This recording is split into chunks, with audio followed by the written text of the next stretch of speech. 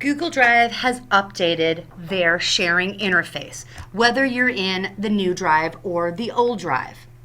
So when you want to go share something, whether you're in the new drive or the old drive, whether it's a folder, a document within a folder, or you're inside a folder and you click the share button, if you've used Google Drive before, you're going to see something different, and I'll show you. And if you haven't, this is the new feature. When you click on share, this is how the interface looks. If you just want to go back, because you've shared before and you just want to go back to the old interface, you can click on advanced. That's what they're calling the old interface, advanced. If you're not familiar and you click on sharing, your first choice is share with others.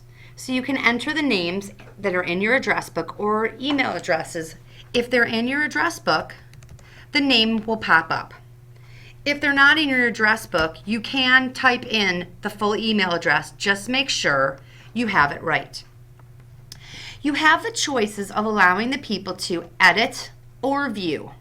And the differences between editing and viewing is editing means they can see the document, they can comment on the document, they can make suggestions on the document, and obviously they can view it. If it's can view, that means they can just see the document. By default, you have the choice to notify people by email. So whoever you put in here will get an email message saying so-and-so has shared so-and-so document with you. If you don't want to notify someone by email, and I often don't at work because I'm always sharing documents with my colleagues and they know they're going to be there, you uncheck the box. It will still appear under the person shared with me, but they will not get a notification. Along with just the notification, you can send a message that will be in the email. So I could type in, please proofread for me. And they will know that's what you want them to do. And then you can click send, and it's shared with these people.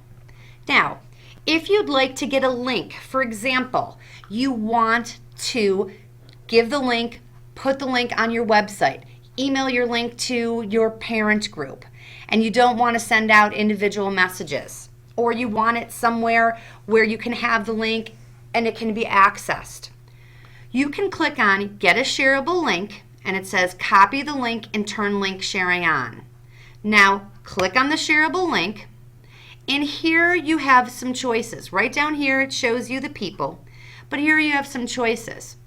If you're in a school domain, you have the choice of people in your domain can view, or people in your school domain can edit. You can turn this all off so only specific people can access it. So if you really want to make sure your document is safe and you're not sharing it with the world or anything, you can turn this off. So basically only these specific people are going to be able to see it. But if you'd like some more options, here's all your options in link sharing, and they're also available in advanced. You can turn it on so anyone in the internet can find and access it. No sign-in required, so that means you don't care who sees it or finds it. You can do on anyone with the link, so if you send the link to someone or someone has the link, they'll be able to access it. You can have it on for your domain, on for your school domain with the link, or off with specific people. If you're in your personal Gmail, these are really the only choices you're going to have. Public on the web or anyone with a link. The other thing to be careful of is how you're letting them access it. Do you want people just to be able to view it?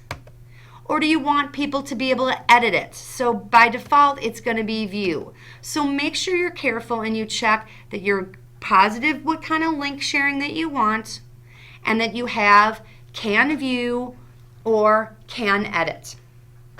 These same features work for Google Sites as well. And then you basically hit save. It will take you back, and if it has someone to send it to, you hit send. And I just want to remind you, if you need the link, you can hit copy link.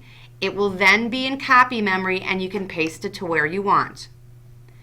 Once again, advanced takes you to the advanced features. So if you want to just look at it, if you're used to this, you can look in advanced features.